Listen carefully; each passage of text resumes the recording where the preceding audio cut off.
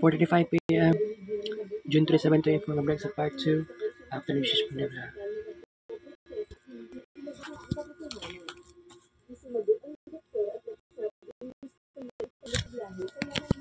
Nasa kulbay.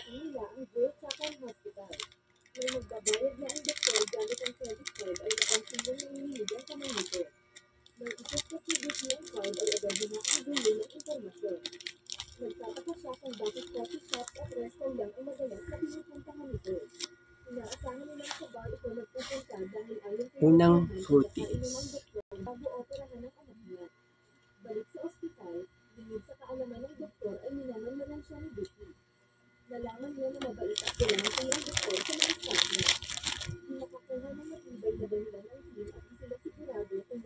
Kaliwang fruities.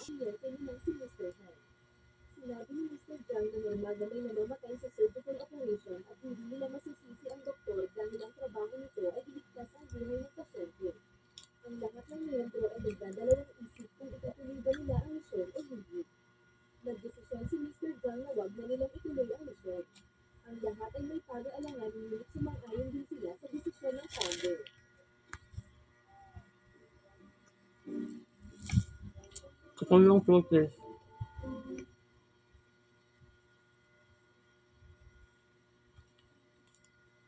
Habang nasa vendor machine si Vicky ay biglang sinulpot ang lawyer na si Jihan at nanghiram ito ng barya sa kanya. Imbis na barya ay binigyan niya ito ng kape. Nang mapansin ni Jihan ang dala niyang kaso ng anak ni Mr. Han ay nagpakilala siyang lawyer. Hiniling niya kay Vicky na tignan ang kaso bilang pasasalamat sa binigay niyang kape. Sinabi ng lawyer na binagsinito ang doktor ng record na magpapatunay kung may kapabayaan pa. Kaupat na fruities. Ngunit sa simula pa lang ay naging agresibo itong magsalita. Samantalang ang kalaban niya ay kalmado lang at malumanay magsalita kaya nabaliwala ang kaso. Hindi porke mayaman at mukhang malinis ang doktor ay mabait siya. Kumpara sa construction worker na nakagkakamalang masamang tao dahil sa itsura niya dulot ng mabigat na trabaho. Kalimang fruities. Sinabi ng lawyer na kung may kakilala siyang kailangan ng legal advice ay i-refer sa kumpanya nila at maniningil lang sila ng $1. Habang nasa taxi ay napagtanto ni Vicky na dinagsisinungaling si Mr. Han. Lumipat ang eksena kay Mr. Han na pinuntahan ng anak sa ICU ng Brooklyn University Hospital dala ang paborito nitong fish bun. Habang nagdadalamhati ay naalala niya ang anak noong mga panahon na karamdam nito ng pananakit ng balakang habang nagpa-practice. Last. Sa sasakyan, Kalimang na fruities. sa anak ang payo ng doktor na magpa-surgery upang hindi lumala ang sakit. Balik kay Vicky, inalam niya ang sitwasyon ng mag-ama. Naalala niya ang sinabi ng lawyer na sa simula pa lang ay walang kakampi si Mr. Han. Samantala, di na natuloy ang misyon nila ay may gustong alamin si Golden sa ospital kung saan ako nasisira. Ulam ka ba ng times buwak ka pa suwab tubo pa.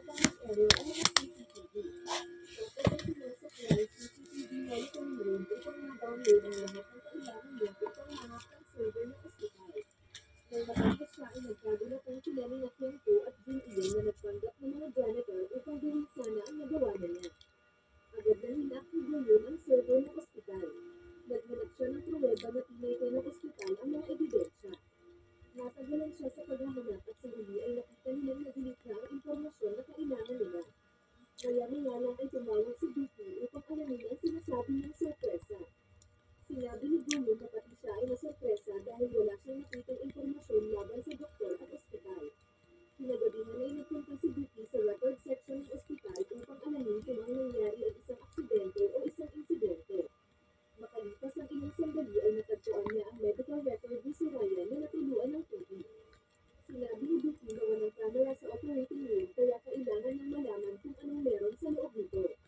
Upang makapasok sa operating room ay nagpanggap si Vicky na bagong doktor. Pagpasok ng nurse sa unang pinto ay kahingin siyang sumunod.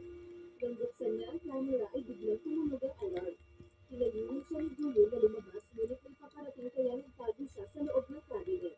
Nagtataka ang doktor kung bakit tumutunog ang alarm ng silid.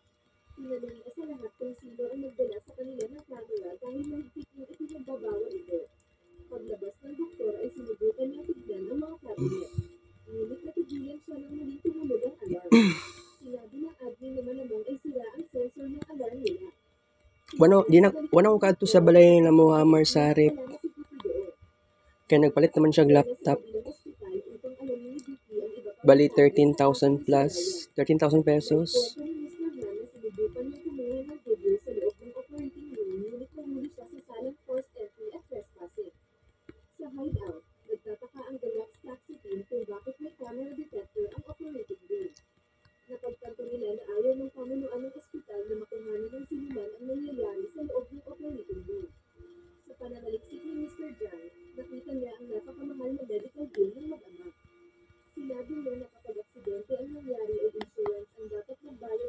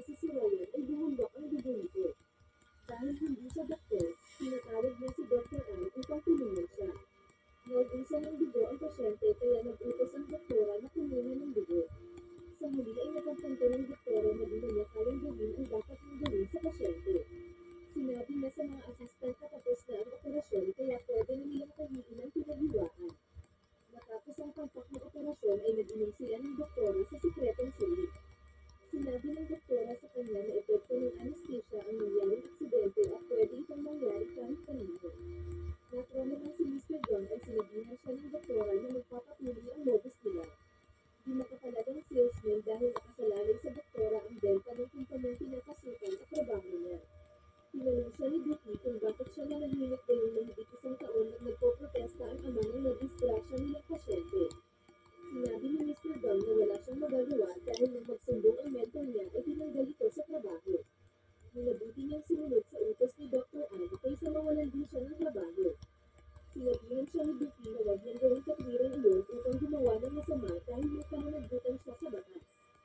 Lumipat ang eksena kay Dr. Ann na hinihintay si Mr. Gong sa OR. Dumating ang admin na nagsabing hindi niya masundo si Mr. Gong dahil hinabol niya ang bumangga sa kanyang sasakyan. Nang sabihin ng admin na di niya makontak ang salesman, nagsabi si Dr. Ann na hahanap na lang sila ng bagong medical supply dealer at di na nila babayaran ang utang nila sa Medicopia. Samantala, nanatili si Duty sa ospital upang mangalap ng impormasyon. Habang kausap niya si Guyun ay napagtanto niya na marami ang nagpapasurgery ngunit bakit wala man lang kamag-anak na naghahantay sa labas ng operating room tulad ng ginawa ni Mr. Han. Nagpatuloy ang pagmamahal ni Duty sa volunteer work na ginagawa ng doktora. Napag-alaman nila na hinihikalat ng doktora ang mga mahihirap na senior citizen na nakakaramdam ng pananakit ng katawan na magpa-opera kahit hindi kailangan. Ito ay dahil malaki ang masisingil niya sa gobyerno. Pinipili rin ng doktora ang mga taong wala ng kamag-anak upang walang magrereklamo sa ginagawa ng kabulastugan. Lumipat ang eksena kay Mr. John, Yang Po at Jin Ian na nire-record ang tunog ng hangin sa isang magandang lugar. Nasabi ni Mr. Han na pangarap niyang dalhin ang anak sa magandang lugar na iyon.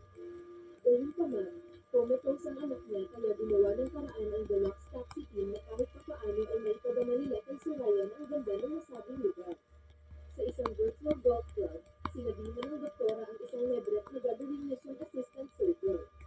Nagbanta ang doktora na kung tatanggi siya ay maghahanap na lang sila ng ibang supplier. Ayaw man ay napilitan ng bagong lebrek na makiayon sa doktora. Nandoon sila Yang Po at Jin Ian upang mag-istiya. Ilang saglit pa ay nakatanggap ng tawag ang doktora upang ipaalam sa kanya na nawala ng malay ang pasyente nila. Agad siyang nagtungo sa ospital at napag-alaman niya na mamamatay niya ang matanda. Inutusan niya ang admin na tumawag ng pulis kapag namatay ang matanda at sabihin namatay ito dahil sa katandaan. Tapos ay dalhin ang bangkay nito sa kampak nilang punerarya.